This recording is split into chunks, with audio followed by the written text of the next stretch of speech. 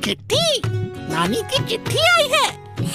नानी, तेरी मोरनी ने चिट्ठी भेजी है। अच्छा, चिट्ठी में क्या लिखा है बताऊं? पढ़ो पढ़ो। सभी को नमस्कार। हिंदी कक्षा में आपका स्वागत है। आज हम कक्षा 8 की हिंदी पाठ्य पुस्तक दुर्वा के तीसरे अध्याय चिट्ठियों में यूरोप को पढ़ेंगे, जो कि सोमदत्त जी द्वारा रचित है। जैसा कि पाठ के शीर्षक से ही पता चल रहा है कि चिट्ठियों का हमारे जीवन में महत्वपूर्ण स्थान है। चिट्ठियां जो काम कर सकती है वह संसार का आधुनिक साधन नहीं कर सकता। पूर्व समय में जिस प्रकार का संतोष चिट्ठियों को पढ़कर मिलता था, वह आज फोन के एसएमएस पढ़कर कहाँ मिलता है। चिट्ठियों की एक खास बात यह भी है कि यह यादों को सहेज कर रखती है। यह हमारी भावनाओं को प्रकट करने का एक अलग ही जरिया प्रदान करती है। अपने विचारों का आदान प्रदान करने का मुख्य आधार चिट्ठियां ही होती है। तो आइए अब हम लेखक की यूरोप से आई चिट्ठी को पढ़ते हैं। 22 मार्च 1989, यूगोस्लाविया, नेवी शाद। प्रिय नीलू, शेरू, कक्कू, पुत्रक और तुम सबकी मम्मी, तुम सबको खूब प्यार। आज यहाँ पहुँचे 1 हफ्ता हो गया। मौसम अच्छा चल रहा है। यहाँ बसंत आ रहा है। सारे पेड़ नंगे खड़े हैं। एक अपनी विद्या जैसा पेड़ है जो हरा है। एक और जो नए साल पर घर घर लगाया जाता है। फिर भी फूल आ रहे हैं। एक नीले और बैंगनी रंग का फूल है जो अपने यहाँ की सफेद कुमुदनी जैसे होते हैं। कुछ लाल, कुछ पीले। खुशबू नहीं होती। आज इतवार है, सो 1 बजे खाना खाकर आए और लिखने बैठ गए। आज हमने जो खाना खाया वह योगर्ट से शुरू हुआ। जैसा आइसक्रीम कप होता है वैसा बड़े कप में। रोज सूप होता है, उसमें सफेद सेब जैसी यहाँ की बीन लंबी और पतली होती है, बरबटी जैसी। फिर आइसक्रीम। यही 3 कोर्स रोज सुबह शाम होते हैं। खाते खाते उकताहट हो रही है। कभी कभी चावल होता है, स्ट्यू यानी करी के साथ खाने के लिए। एक दिन खरे सिके चिल्ले जैसी एक मिठाई आई। उसमें खट्टी बेरी का गूदा भरा था। सेवैया पानी में उबली सूप में रहती है। और ब्रेड, सुबह ब्रेड बटर, मार्मलेड या शहद 30 ग्राम की छोटी छोटी प्लास्टिक डिब्बियों में। शहर के बीच दूना नदी बहती है। यह यूरोप के कई देशों में बहती है। नक्शे में देखोगे तो मिल जाएगी।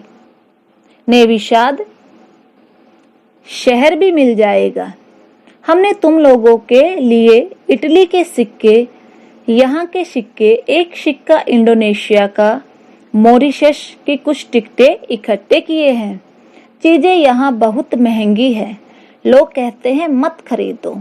रोज बाजार से गुजरते हैं तो तुम लोगों की याद आती है बच्चों को देखकर। तो बच्चों, यहाँ पर लेखक पाठ के माध्यम से अपनी यूरोप यात्रा का वर्णन करके चिट्ठियों के तहत अपने बच्चों को बता रहा है कि मुझे नेवी शाद शहर आए 1 हफ्ता हो गया है और यहाँ पर बसंत का मौसम चल रहा है। चारों ओर रंग बिरंगे फूल खिले हुए हैं और एक तो अपनी विद्या जैसा पेड़ है। आगे वो अपनी दिनचर्या और भोजन के विषय में भी बच्चों को बता रहे हैं और दूना नदी से भी संबंधित कुछ बातें बता रहे हैं। लेखक अपने बच्चों के लिए यूरोप, इटली, इंडोनेशिया के सिक्के भी इकट्ठे कर रहे हैं और अपने परिवार को बहुत मिस कर रहे हैं।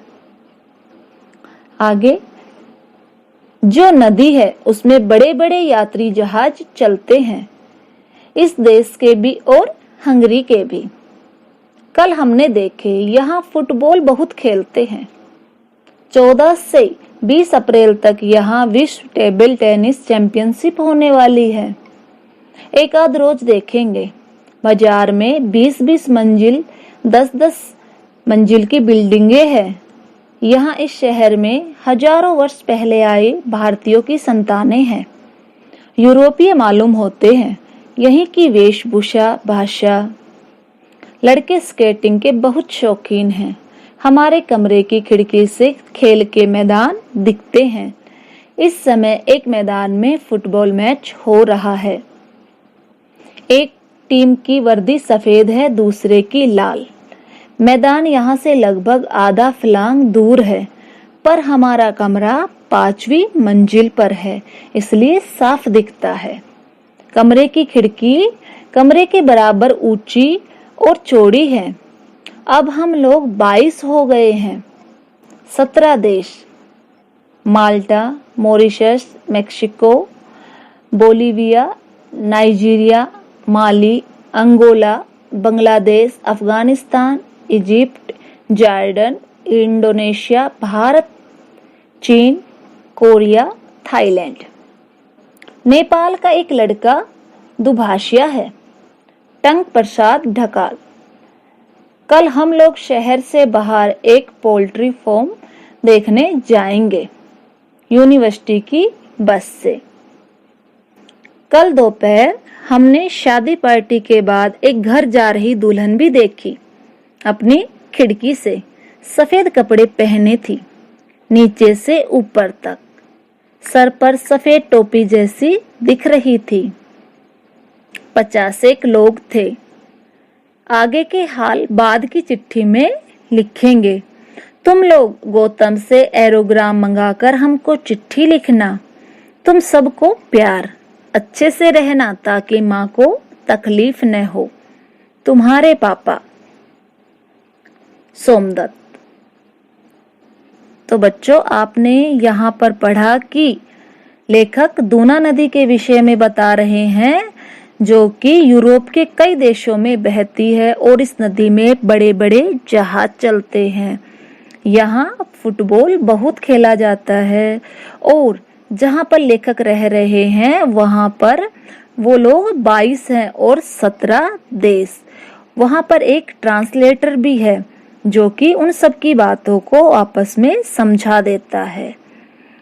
तो बच्चों, यहाँ पर जो हमारा पाठ है वो समाप्त हो गया। तो आपने आज चिट्ठियों के विषय में बहुत कुछ जाना। आज के वैज्ञानिक युग में ईमेल, मोबाइल ने चिट्ठियों की गति को रोक रखा है, पर इसका महत्व आज भी बरकरार है।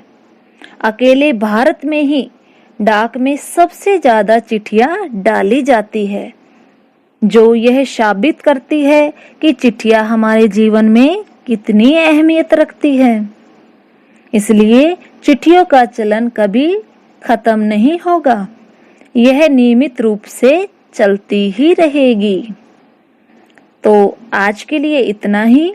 नए पाठ के साथ आपसे फिर मिलेंगे। धन्यवाद।